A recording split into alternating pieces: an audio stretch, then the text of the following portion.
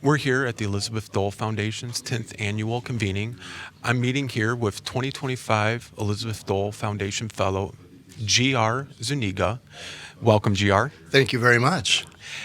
I want to start off a little bit about who you are.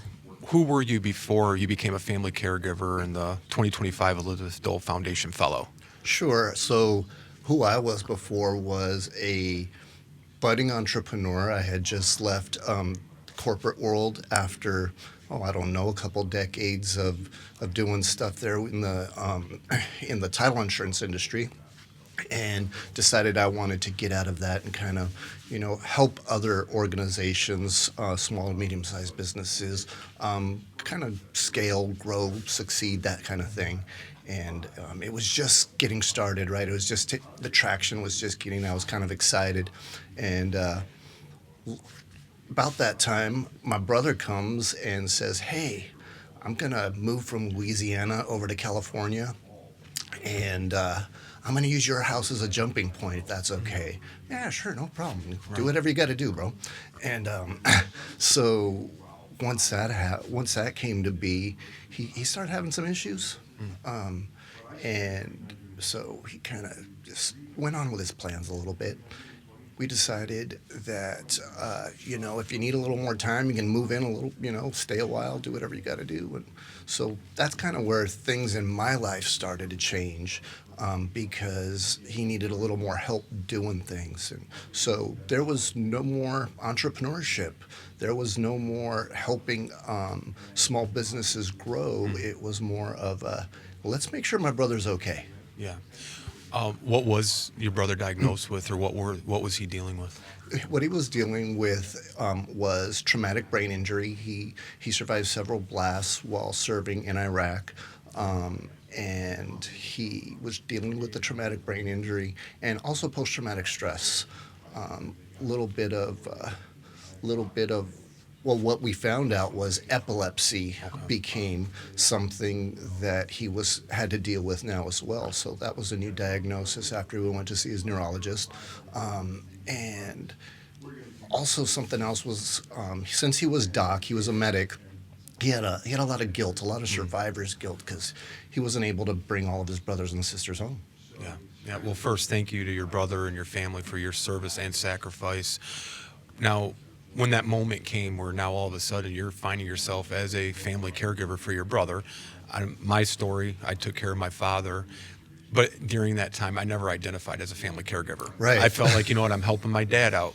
Is that how you felt with your brother? Exactly the same Yeah. way, right? It was very much, I'm just helping my brother. I mean, even before he went into service, a little bit personal, but we were homeless together as teenagers. I was 19, I was 14. We've always took care of each other in whatever way. So to me, this was just another thing that I do. Sure. Now you're in this role as a caregiver. When did you discover, what, I need help. I need to find resources. It wasn't going to be a short-term thing. How did that experience and, resources that you found change your role as that caregiver? You know what? That's a great question. I think I realized I needed help when I kept running into roadblocks at the VA. That was probably the big epiphany for me. It was, this is a big system. I don't know what I don't know. Right. And no matter what, I need to if I didn't know it, I had to figure it out. Yeah. And the only way I was going to figure it out was to start to look for resources, start to look outside of what I thought I knew. And it was strange because I'm usually the one with the answers, right? Sure. And all of a sudden, You need somebody to help you now. you need somebody Yeah. to help you. And I think the biggest hurdle was understanding that, accepting that, and being okay with asking for help. Sure. When did you first discover the Elizabeth Dole Foundation? So I first discovered the Elizabeth Dole Foundation a couple of years ago while online, just looking for resources. Realizing I was a caregiver now, right? So now I knew what to Google. Sure. Sure. Right? Yeah. So now I knew, what the keywords I needed to go out and look for help. And Elizabeth Dole Foundation came up on the search. That was, I think, 2020, late 2023. Okay. And I really didn't do anything with it, to be honest. And I just put it in my back pocket, saying, okay, well, maybe I'll need that somewhere later down the line.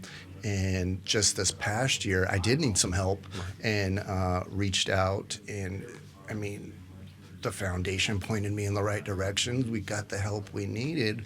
And the funny thing was, I had come across the Caregiver Fellow application.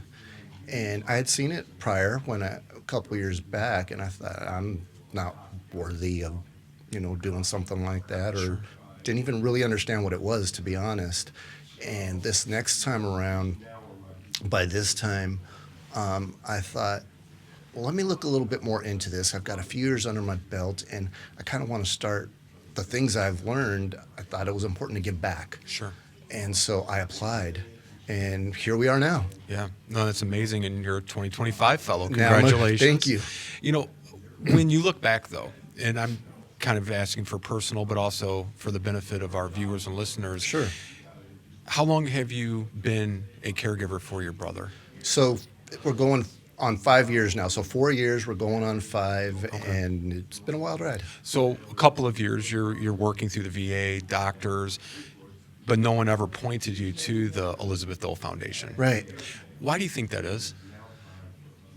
I think because there's not a big awareness out there. Hidden heroes. Right. The name is appropriate. I think that a lot of us don't know, who are going through it, again, don't know what we don't know, and don't even realize that there is something out there, and there's not a lot of people talking about it. You're not seeing brochures in the VA. Right. You're not. We're all busy doing what we're doing, so we don't have a lot of time to be, out there on YouTube or doing it, because we're putting out our daily fires, right? Right. And so that awareness piece, I think, is, luckily slowly coming out to the ethos, which is really cool. Yes, absolutely. And that's why we're here and, happy to help spread the awareness. You'd mentioned you'd found really good resources. And Yes. now you're trying to help share those resources. Do you have any you would want to share with the viewers or listeners right now? First and foremost, if you're a caregiver, look into the Elizabeth Dole Foundation, find out what they offer, financial, mental, everything they can really help. And the cool thing is, they do it.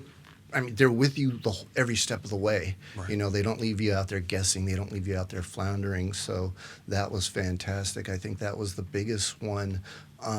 Some other caregiver specific resources. My brother started an organization called Operation Sick Care. And What's the website? www.operationsickcare.com. Great. And that really was just, he went through some issues in the VA where the VA didn't really want to help him meet his goals to heal from a seizure he had that left him paralyzed on the right side of his body. And so when he went through that frustration, what happened? The doctor looked at him square in the eye, like, I'm looking at you right now. And she goes, why do you want to walk again when you have such a nice walker? We thought that was a joke at first, right? It turned out it really wasn't. And so, instead of burning the place down, he thought better of it. Right. And said, if they're doing this to me, they're doing it to my brothers and sisters. And so he wanted to do something about it, and he started this organization just to be peer support. Yeah. To be that, when you are frustrated, when you're feeling not heard, that you had somebody who you can come and talk to. And so once he did that and was seeing how beneficial that was for him and his battle buddies and anybody else who was reaching out, he did also look at me and say, what about your community? Right. Do you guys need help? Is this something that would be beneficial for you? And do we need to make that a part of the mix? And as I thought about it, I said, absolutely. Yeah, no, that's incredible, GR.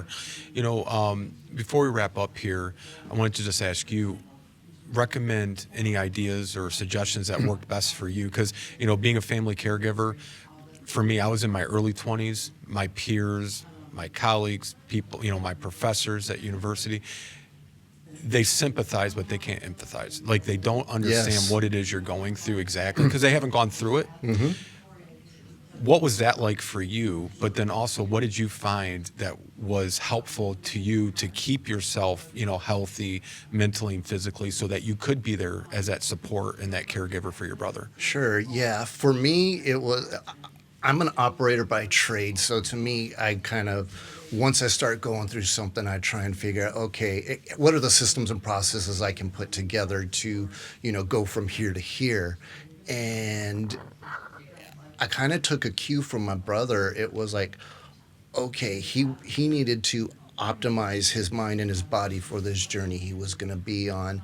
And I thought the same. If I'm going to be able to help him, I have to be my best me. Right. Right.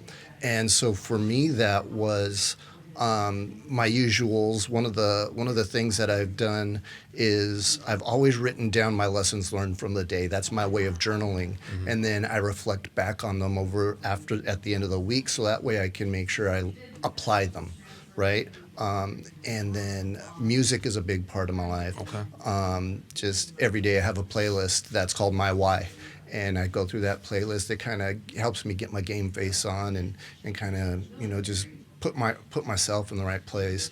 And then what came a little bit later from my brother's physical therapist is she turned us on to meditation. Okay. What I thought was hoodoo voodoo Right. is real, and it works. It works for me. I know it works for my brother. It's been a big thing to help him get back to being mobile again. But anything he does, I make sure I try because now I know what he's going through, and that really worked for me as well. So just optimizing my body and my mind. Exercise obviously is a big one, and getting out in the sun and doing all these things, because if I'm running at my best, then I know I can be my best for him. Absolutely. All right. Well, GR Zuniga, thank you so much. Thank you very much. Appreciate your it. time.